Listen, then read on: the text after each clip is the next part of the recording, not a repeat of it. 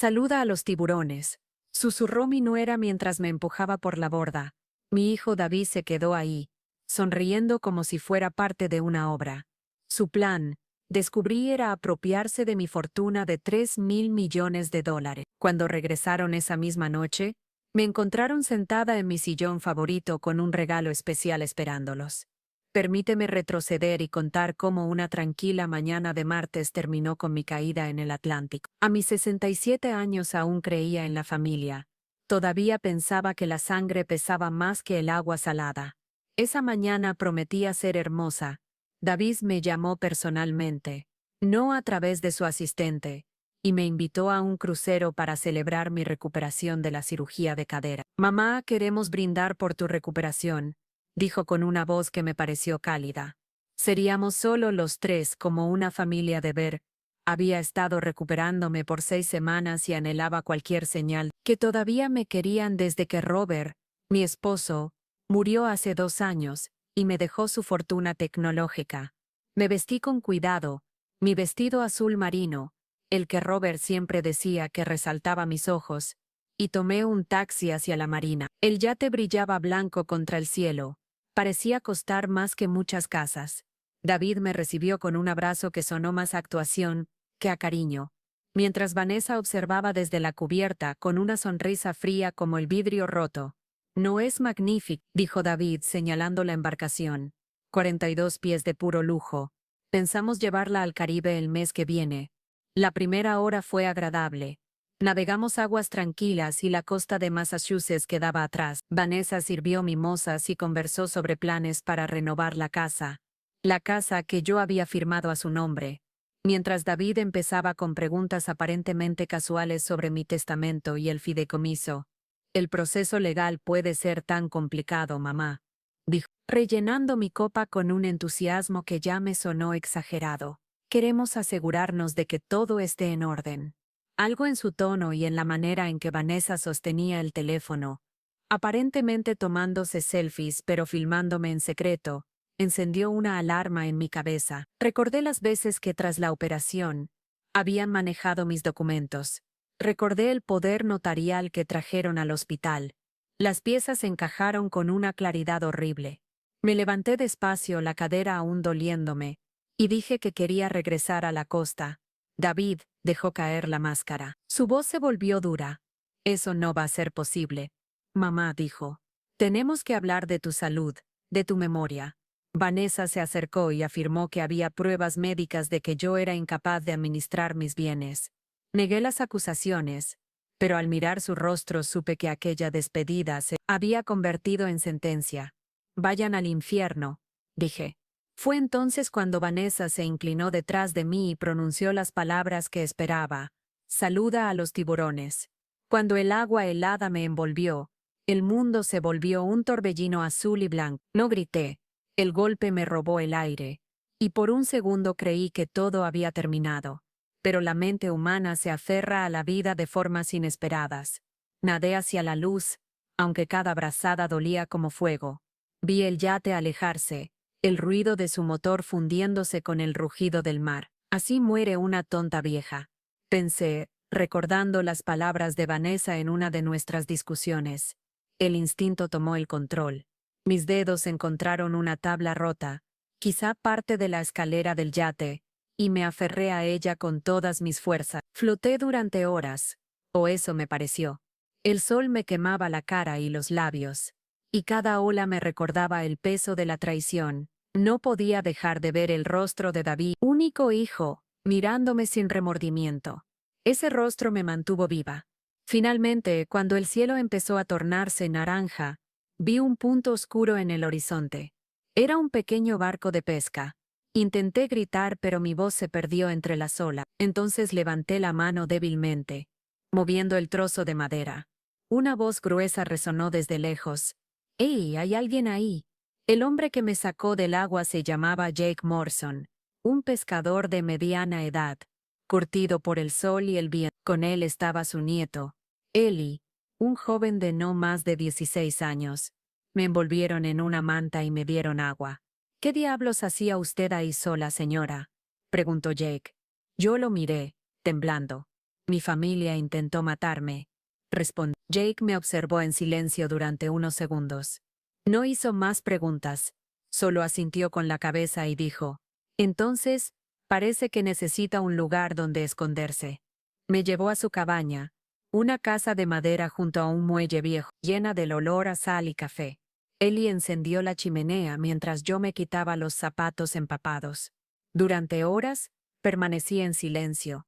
Miraba el fuego, repasando una y otra vez lo ocurrido. Todo parecía una pesadilla, pero cada detalle era real.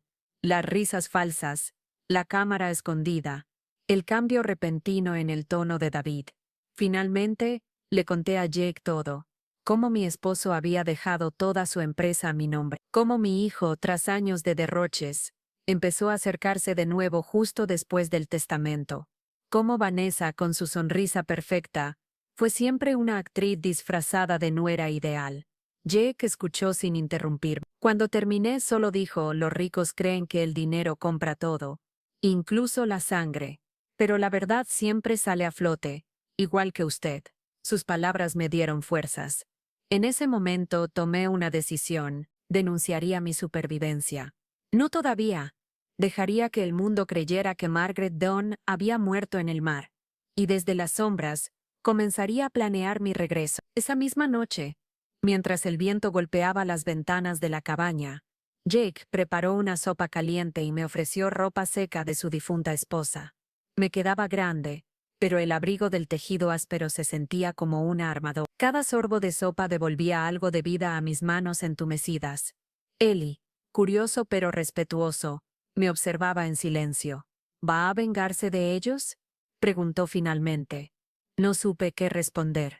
No todavía. Al amanecer, Jake me llevó en su camioneta hasta un pequeño pueblo costero llamado Marble Point, un lugar tan olvidado que ni siquiera aparecía en los mapas turísticos.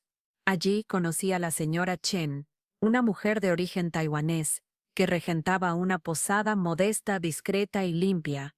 Si necesita desaparecer, aquí nadie hace demasiadas preguntas, me dijo al entregarme la llave de una habitación con vista al puerto. Pasé los siguientes días descansando, observando las noticias desde un televisor antiguo en el vestíbulo.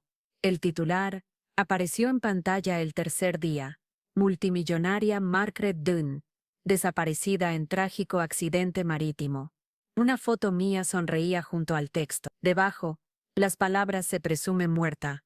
Sentí un escalofrío recorrerme el cuerpo, pero no de tristeza, sino de una fría satisfacción. Ellos creían haber ganado. Vanessa y David aparecieron en las imágenes del noticiero, fingiendo dolor y sosteniéndose de la mano frente a los periodistas. Era una mujer maravillosa. La extrañaremos profundamente, dijo Vanessa entre lágrimas falsas. Mi hijo, voz temblorosa, añadió: fue un accidente terrible. Hicimos todo lo posible por salvarla. Apagué el televisor. Hipócritas, murmuré. Esa noche no dormí.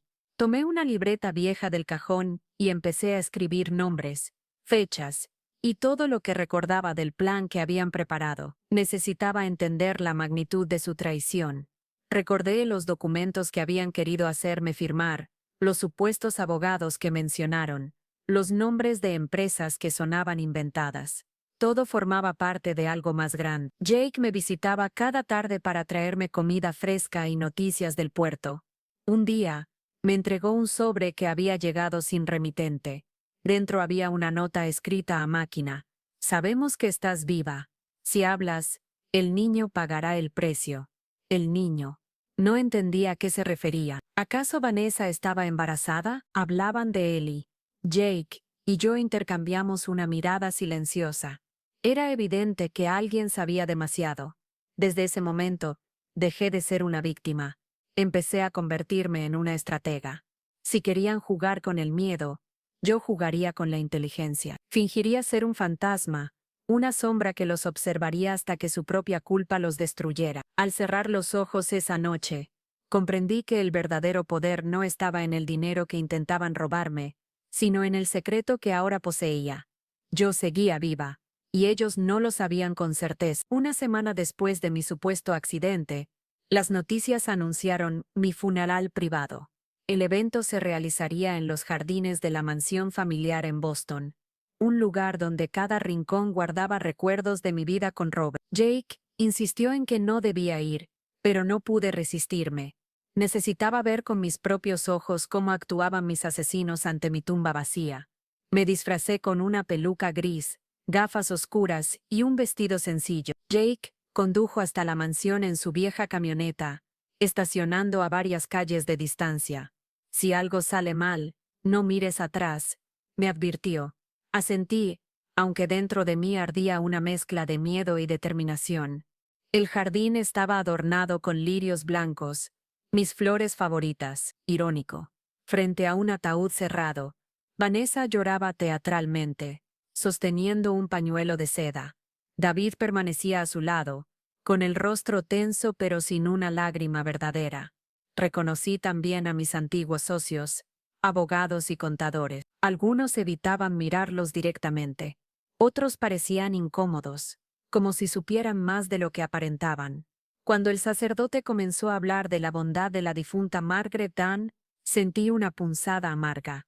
Escuchaba mi propia eulogia mientras el público fingía tristeza, pero algo me llamó la atención. Entre los asistentes faltaban 3 personas importantes. Mi abogado de confianza, el contador principal de la empresa y la jefa de recursos humanos. Ninguno de ellos estaba presente. Y no era casualidad. Al final de la ceremonia, Vanessa abrazó a un hombre alto, de cabello oscuro y traje caro. No era un familiar. Lo reconocí vagamente. El abogado Miranda Torres, especialista en herencias y fideicomisos, había aparecido un par de veces en reuniones con Robert, pero siempre me había parecido calculadora. Su presencia en mi funeral no era un gesto de cortesía, era una señal. Jake me observó desde lejos, preocupado. ¿Qué vas a hacer ahora?, susurró cuando regresé al coche. Esperar y observar, respondí. Sabía que no podía acercarme todavía. Cada paso debía ser preciso. Esa noche, de vuelta en la posada, abrí nuevamente mi libreta. Escribí 3 nombres en letras grandes. David, Vanessa, Miranda, al lado de cada uno, una palabra: traidor, asesina, estratega. Después dibujé un círculo alrededor del último nombre. Algo me decía que Miranda Torres no era solo una aliada ocasional. Tal vez era la mente detrás de todo. A medida que los días pasaban, la prensa hablaba de mí como la magnate generosa que partió demasiado pronto. Se anunciaban donaciones y cambios en mis empresas, todos firmados por mi hijo, quien había asumido el control del fideicomiso. Todo se desarrollaba con sospechosa rapidez. Una noche, al revisar los periódicos, vi una foto en la que David y Vanessa salían del despacho de Miranda, sonriendo. Detrás de ellos, una asistente empujaba un cochecito cubierto con una manta. Lo observé detenidamente. En la esquina inferior, apenas visible, una diminuta mano infantil sobresalía. No sabía quién era ese bebé, pero sentí, en lo más profundo, que se convertiría en la clave de todo. Esa imagen del cochecito no me dejó dormir. ¿Un bebé? ¿De quién? ¿Por qué nadie había mencionado un embarazo? Durante días, revisé cada noticia, cada publicación, cada fotografía. Nada. Ni una palabra sobre un hijo de David o de Vanessa. Era como si ese pequeño no existiera oficialmente. Y en mi experiencia, cuando algo no aparece en los registros, es porque alguien lo está ocultando.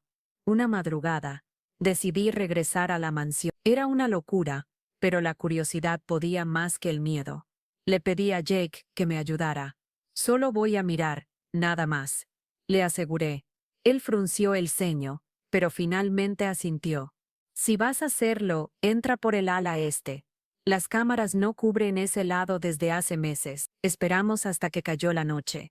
La mansión, iluminada tenuemente por luces exteriores, parecía un gigante dormido. Me moví con cautela por el jardín trasero, respirando el aroma familiar de los rosales que Robert había plantado. En otro tiempo, ese olor me habría traído paz. Esa noche, solo me recordaba lo que había perdido. Logré abrir una puerta lateral con una vieja llave que aún conservaba en mi llavero. Dentro, el silencio era sepulcral. Avancé despacio por el pasillo principal, donde los retratos familiares parecían observarme con desaprobación. Todo seguía igual, excepto por una nueva cerradura en la oficina de Rob. Forcé la puerta con un destornillador que Jake me había prestado y encendí una linterna. Sobre el escritorio, encontré una carpeta gruesa marcada con el título Proyecto Margaret. Mi corazón se detuvo. Dentro había copias de documentos legales, informes médicos falsos y grabaciones impresas de mis conversaciones en el yate. Habían preparado mi caída con precisión quirúrgica. En una hoja, incluso detallaban el proceso de declarar mi incapacidad mental, seguido de transferencia de todos mis activos a una empresa llamada MT Holdings. Las iniciales coincidían con Miranda Torres. Pero lo más perturbador estaba al final del archivo. Una lista con nombres y fechas. Personas mayores. Todas con fortunas considerables. Todas declaradas muertas en circunstancias dudosas. Y junto a algunos nombres había fotos de bebés. Los herederos legítimos. Un patrón escalofriante se dibujaba ante mis ojos. De repente, un ruido me sobresaltó. Un leve llanto. Un sonido débil, frágil, proveniente del piso de arriba. Subí las escaleras con el corazón acelerado. En la antigua habitación de huéspedes, una cuna blanca se meció suavemente con la brisa. Dentro, dormía un bebé de unos pocos meses, envuelto en una manta azul. Me quedé paralizada. Era hermoso, inocente, completamente ajeno al horror que lo rodeaba. En la mesita de noche, una tarjeta escrita con caligrafía elegante decía: «Bienvenido al mundo, pequeño Michael.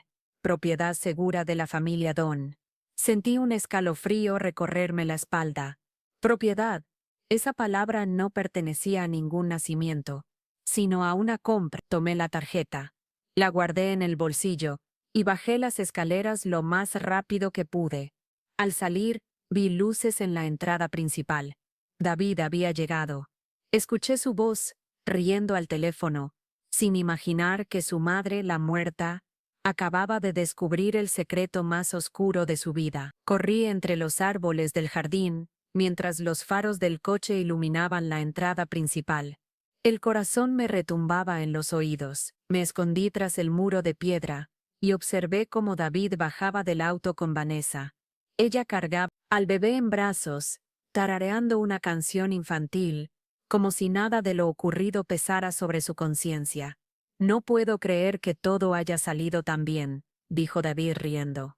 «Ahora sí, somos intocables». Sus palabras se me clavaron como cuchillos. Intocables. Habían robado mi vida, mi fortuna, y ahora entendía también a ese niño. Esperé a que entraran y luego regresé sigilosamente al coche de Jake, estacionado a 3 calles. Él me recibió con el motor encendido. «¿Encontraste algo?», preguntó. Asentí, jadeando. Un bebé que no es suyo». De regreso en la posada, extendí sobre la mesa los documentos robados del despacho. Jake los revisó uno por uno, mientras yo le contaba lo del proyecto Margaret y la lista de víctimas. «Esto es una red, Jake. No soy la primera ni seré la última. Se aprovechan de personas mayores con dinero, las declaran incompetentes y después las eliminan». Jake frunció el ceño. «¿Y el niño?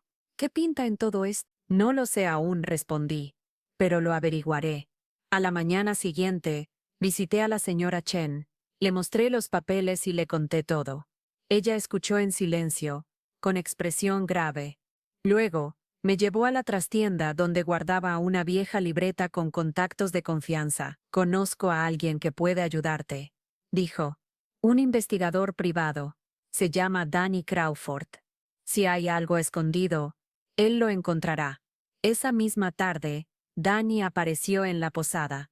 Era un hombre alto, delgado, con rostro cansado y ojos que lo veían todo. Tras revisar los documentos, murmuró: «Esto no es un caso de fraude común. MT Holdings es una fachada. Miranda Torres se está detrás de varias empresas fantasmas en diferentes estados, todas vinculadas a muertes sospechosas». Mientras hablaba, sentí un nudo en el estómago. Cada palabra confirmaba lo que temía. Mi hijo se había convertido en cómplice de un crimen sistemático. Podemos seguir el rastro del dinero, propuso Danny. Si logramos probar la conexión entre las transferencias y las muertes, los hundiremos. Durante los días siguientes, trabajamos sin descanso. Jake vigilaba la mansión desde lejos, tomando fotos de quienes entraban y salían. Danny rastreaba movimientos bancarios. Yo me encargaba de recopilar los documentos antiguos de la empresa de Robert, buscando alguna pista. Una tarde, mientras revisaba los registros notariales, encontré algo inesperado: el certificado de nacimiento del bebé. El nombre de la madre era Sarah Collins, una joven de 17 años. En la columna de padre, el espacio estaba en blanco. Busqué el nombre en Internet, y el resultado me heló la sangre. Sarah Collins había muerto 3 meses atrás, por causas naturales, según la nota del periódico. Todo encajaba con una precisión escalofriante. El bebé era fruto de una maternidad subrogada, y la muerte de Sarah probablemente no fue un accidente. Esa noche cerré la libreta y miré por la ventana del cuarto. El mar rugía a lo lejos, como si compartiera mi rabia. Ya no era solo una cuestión de venganza, era una guerra. Y yo, Margaret Penn, no pensaba perderla. Con Danny y Jake trabajando, la investigación ganó impulso. Danny seguía las transferencias bancarias, hasta empresas pantalla. Jake recogía información en el puerto donde David guardaba el yacht. Yo me ocupaba de empujar a los culpables a equivocarse, haciendo llamadas con nombres falsos y corroborando datos con discreción. Una pista vital llegó pronto: una gran transferencia en efectivo hacia una cuenta ligada a Whitmore Reproutico Services. Danny rastreó el dinero y lo conectó con M.T. Hollins y varias sociedades fantasma en 2 estados. Era el hilo que necesitábamos para demostrar la estructura financiera de la operación. Mientras tanto, David y Vanessa intentaban mostrar normalidad en redes sociales. Paseos con el bebé y cenas elegantes. Parecían inquebrantables, pero cometían errores. Vanessa dejó una bolsa con documentos en un restaurante. Danny la fotografió y encontró números de teléfono y direcciones, pequeñas grietas en su fachada que sumaban evidencia. Miranda Torres empezó a moverse con más cautela. Evitaba reuniones directas y delegaba tareas. Danny encontró mensajes entre Miranda y un hospital privado donde se hacían procedimientos discretos. Los textos hablaban de casos especiales y fechas concretas. Su confianza flaqueaba. Decidimos contraatacar. Danny contactó a un periodista de investigación con experiencia en fraudes. Le entregó documentos y fotografías con la condición de anonimato. El periodista aceptó investigar, pero advirtió que harían falta pruebas irrefutables: contratos falsificados, firmas forjadas y testigos que hablaran en público. Por eso necesitamos a Carol, la enfermera que cuidaba al bebé. Jake se ganó su confianza, y poco a poco, ella reveló detalles, horarios, nombres y pequeñas contradicciones en las historias de David y Vanessa. Carol no sabía que el bebé podría estar relacionado con una red criminal. Creía ayudar a una familia. Sus declaraciones serían cruciales. Una madrugada, revisando grabaciones, Danny encontró una conversación en la que Miranda hablaba de acelerar procesos y mencionaba pasos legales y fechas. La voz era clara y las instrucciones directas. Esa grabación conectaba a Miranda con decisiones operativas. Era la pieza que buscábamos. La sensación de que podíamos actuar llegó de golpe, pero también sabíamos que cualquier movimiento imprudente pondría en riesgo a testigos y evidencias. Planificamos cuidadosamente, expondríamos pequeñas verdades para obligarlos a reaccionar y cometer errores mayores. Cada nueva prueba hacía más difícil su impunidad. Sentía la sangre hervir, pero ahora la rabia iba acompañada de paciencia y estrategia. Danny afianzó acuerdos con fuentes legales y el periodista prometió publicar una pieza que obligaría a fiscalías a mirar el caso. Jake, fiel, vigilaba cada movimiento en el muelle. Pronto, justicia. Las piezas del rompecabezas finalmente encajaban. Teníamos grabaciones, transferencias bancarias, testigos y documentos falsificados.